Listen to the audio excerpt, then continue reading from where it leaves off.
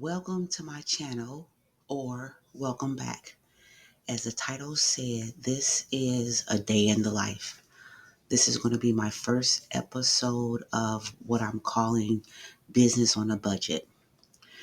Now, I say that to say if you watch my other videos, then you know I chose to be the 24/7 caretaker of my husband when he had his stroke.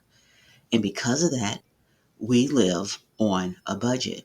So when I decided to do this business, I had to do it with, little or nothing. So I'm looking at everything I can do for free, or I catch sales like mad.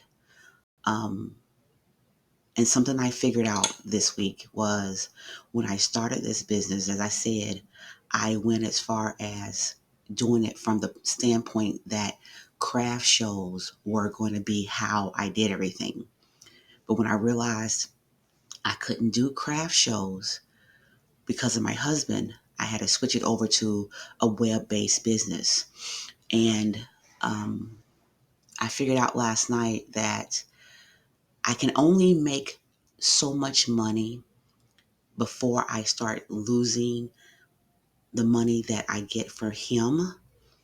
So I had to limit what I put online, which is a bad thing because I have so much that I was making for my craft shows, but right now I can't put it online. But that's okay because eventually I will be able to do craft shows and eventually I will be able to put all my products on my webpage. But for now, I'm kind of stuck, which is fine.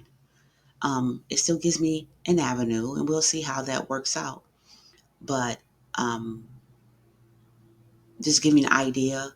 I go for sales. If I hit Hobby Lobby for the yarn, if I hit Joann's when they have a clearance or they have yarn on sale, my fabric always, because I have 3 Hobby Lobbies, and believe me, this is not sponsored, but Hobby Lobby, of course, as a crafter, is one of my, second homes.